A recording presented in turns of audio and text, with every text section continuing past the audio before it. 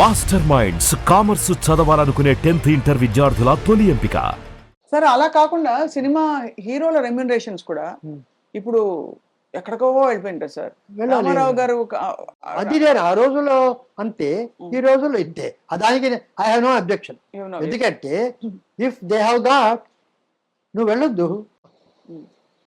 ఇప్పుడు who wants you to go? You are going because you need them. నాకు ఎటువంటి objection లేదు. Cinema హీరోల రెమ్యూనరేషన్ వరకు absolutely no objection. You have got the guts. ఇప్పుడు శాంతారాం గారు పిక్చర్ తీశారు. ఆయన చాలాసార్లు స్టార్స్కు వాళ్ళకు వీళ్ళకు ట్రై చేసి ఎదిరించారు. ఒక్కొక్కసారి వాళ్ళకేదో చొరిపడిక ఆమె సంధ్యాతోనే పిక్చర్, ఆమె హీరోయిన్, ఆయనే హీరో చేసేసారు, సక్సెస్ చేశారు. That's different. If you got that అంతే, యూ నీడ్ నాట్. అది నిలబడు. ఇప్పుడు అంతేగాని రెమ్యూనరేషన్స్ ఇప్పుడు ఇడియోసింక్రసీస్ అవి వేరు. ఇప్పుడు భానుమతి గారు, ఆమె యూజువలీ హార్టీ, జనరల్గా హార్టీ అంటే ఆమె క్యారెక్టర్ అది. ఆమె ఓన్ పిక్చర్లో నాగేశ్వరరావు గారు ముందు కూర్చున్నారు. ఆమె హస్బెండ్ రామకృష్ణ గారు ఇంకా రాలేదేమయ్యా అని అడుగుతారు. చెప్పయ్యా, నేను కనుక దీనికి వెళ్తే సొంత పిక్చర్ మాత్రం కరెక్ట్గా వస్తుంది, బయట పిక్చర్కి లేట్గా వస్తుంది అంటారు. నా పిక్చర్ అయినా ఎవరి పిక్చర్ అయినా నేను వచ్చేది అని చెప్పి.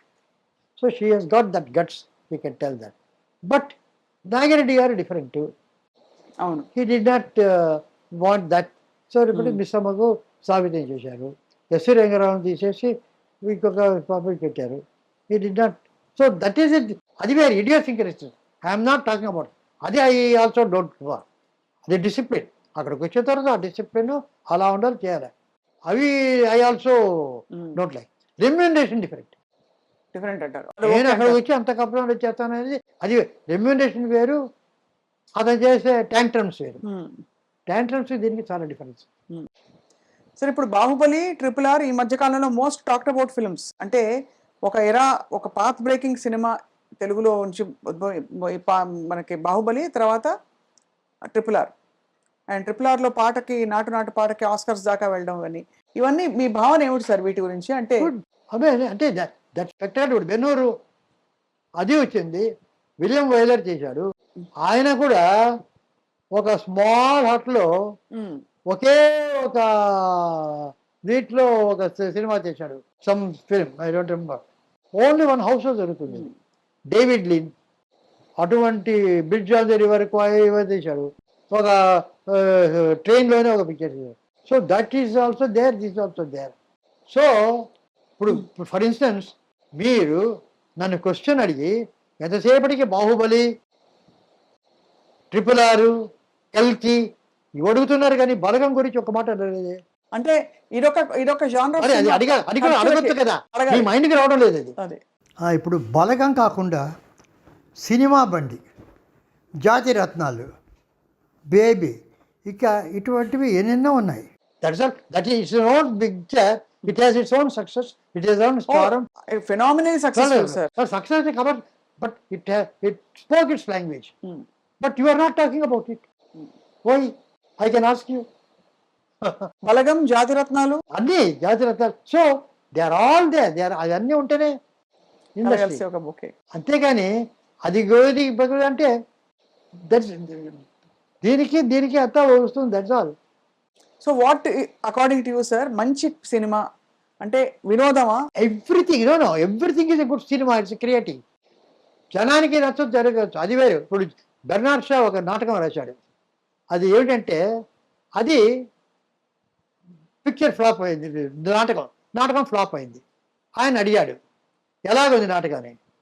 The play was a big success, the audience was a failure అన్నట్టు. అద్భుతం. అంటే ప్రతి పిక్చర్ హిట్, ఆడియన్స్ సక్సెస్ అవుతారు కాదు. ఆడియన్స్ సక్సెస్ కాదా అనేది ఇంపార్టెంట్. అవును సార్, అవును, కరెక్ట్ సార్. అలాగా ప్రతి పిక్చర్ హిట్టే. అవును సార్. బికాస్ ఒక కథ బాగా లేకపోతే ఏమైనా మరీ కొన్ని కోట్లలోనే ఉంటుంది లోయెస్ట్ పిక్చర్ అయినా. It's not a small amount. అది పెట్టాలంటే నిర్మాతకు ఈ కథ బాగుంటుంది అనే కదా తీస్తారు. తీస్తారు. మేకింగ్లో రాలేదు, అది రాదు, ఏమైనా అంటారు. లేదు థియేటర్స్ రారు, ఈ జనం రారు, బికాస్ పుల్ చేయాలి, ఇద్దరే ఉంటారు. అదైతే back that's a different economics. అది వేరు. ఒక థియేటర్స్లో ఇంతమంది వస్తే కానీ ఆ థియేటర్ నిండదు, అవును. అంతమంది వస్తే కానీ theatre.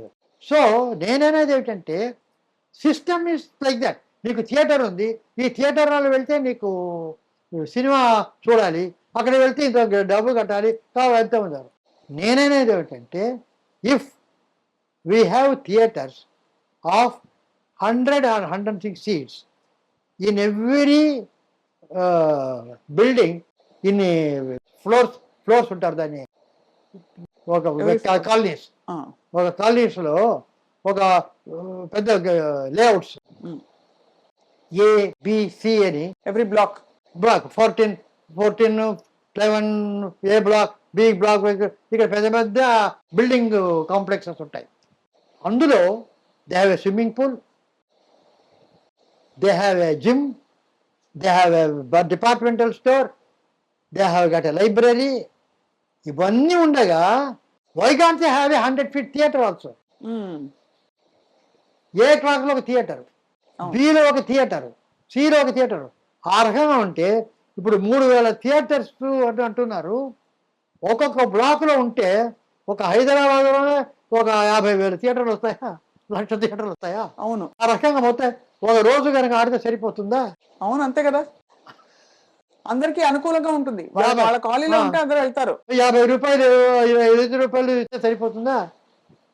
You have to come out with visions, అది you have to come out with systems which break that and build up. అంతేగాని అది ఉంది లేదు మేమేం చేయలేము, వీఆర్ హెల్ప్లెస్. కాదు మేము అటువంటివన్నీ పడనివ్వము, వాళ్ళ బిజినెస్ పోతుంది, వీళ్ళ బిజినెస్ పోతుంది. Tackle it, attack it, achieve it, solve it. We do good for the people. పీపుల్కి ఎంటర్టైన్మెంట్ కావాలి. వాళ్ళు ఏం చేయాలి, మొబైల్లో ఎంటర్టైన్మెంట్ చూసుకుంటారు. క్రియేటివిటీ అలా అయిపోయింది సార్. చిన్న చిన్న రీల్స్ పెట్టి ఎంటర్టైన్ చేసేస్తున్నారు అందరూ. బట్ ఏమైందంటే that's not entertainment. Theatre experience కావడానికి because they are not able to go. అది లేక దీంతో బట్ అది ఈవినింగ్ అంటే ఎందుకు మొబైల్కి వస్తారు? అంతే కదా. దట్ ఈస్ అనా మెనోరా థియేటర్, ప్రీవియస్ థియేటర్స్లో చూస్తాం లేదా సినిమాలు? ఎంత ఉంటుంది ప్రీవియస్? స్మాల్ థియేటర్స్ ఉంటాయి. We are seeing, why can't we do it? Somebody have to come forward. No big investment.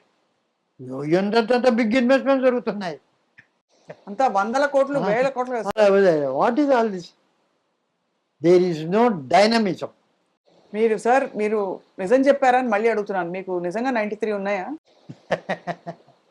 ఎంత ఎనర్జీ, క్లారిటీ, కన్విక్షన్, ఇంకా ఐడియాస్, ఇంకా పాజిటివిటీ, అసలు స్పిరిట్ అన్నీ పుష్కలంగా సార్. మాకు ఇవాళ ఎంత ధన్యులం అవుతున్నాం అంటే ఒక్కోటి వింటూ. సో బట్ సార్ ఇప్పుడు ఈ ఇల్లు ఎప్పుడు కట్టుకున్నారు సార్ మీది? ఇదే ఓ 10-12 సంవత్సరాలు అయింది అంతేనా? అది నాకేమిటంటే ఇల్లు, నాకు పెళ్ళైన కొత్తలో నేను నా వైఫ్కి చెప్పేది ముఖ్యం అంటే ఇన్కమ్ వస్తుంది. ఆ రోజులు ఏదో మాకు 200-250 రూపాయలు జీతం. అదంటే ఏది వచ్చినా కూడా ఒక ఊరికి వెళ్ళాలా, ఒక పెళ్ళికి వెళ్ళాలా, ఏదో ఎవరికి కొనాలా, ఇంకేదో పోవాలా, ఇవ్వాలా, ఇవన్నీ ముందే మనకు తెలుస్తుంది. ప్లాన్ చేసుకోవచ్చు. ప్లాన్ చేసుకోకుండా వచ్చేది ఒకటే సిక్నెస్, హెల్త్ ప్రాబ్లం. అది ముందు తెలియదు వస్తుందని. ఉన్నటువంటి జ్వరం వస్తుంది, డాక్టర్ దగ్గరికి వెళ్ళి హాస్పిటల్కి వెళ్ళాలి. సో అది ప్లాన్ లేకుండా వస్తుంది కనుక రాగానే ఒక 100 రూపాయలు వచ్చి 10 రూపాయలు తెచ్చి హాస్పిటల్కి అక్కడ పెట్టేయాలి. దాన్ని ముట్టుకోకూడదు. ఓన్లీ ఫర్ హాస్పిటల్, వైద్య నిధి అక్కడ పెట్టేయాలి. మిగతా అంతా ప్లాన్ చేసుకోవచ్చు.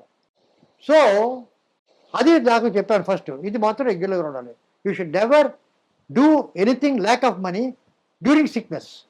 పెళ్ళికి పోతే వస్తుందో లేకపోతే లేదు, అంతే. Sickness cannot go. డాక్టర్కి వెళ్తాం, లేకపోతే లేదు, అది చేయలేం. సో ఇల్లు కట్టడం అంటూ వచ్చినప్పుడు నాకు ఎక్కడ కడతారంటే విజయ హాస్పిటల్ దగ్గర కడతాను. అలా వచ్చింది ఇక్కడే సార్, విజయ హాస్పిటల్ ఇక్కడ అంతే పక్కనే 5 నిమిషాలు. నాగిరెడ్డి గారు హాస్పిటల్ కట్టారు మాకు, అంతా మేము ఆస్థాన విద్వాంసులు. సో ఇక్కడ కడతాను. దుఃఖపాటి మధుసూదనరావు గారు అడిగారు, సరే ఆళ్వారు మంచి మంచి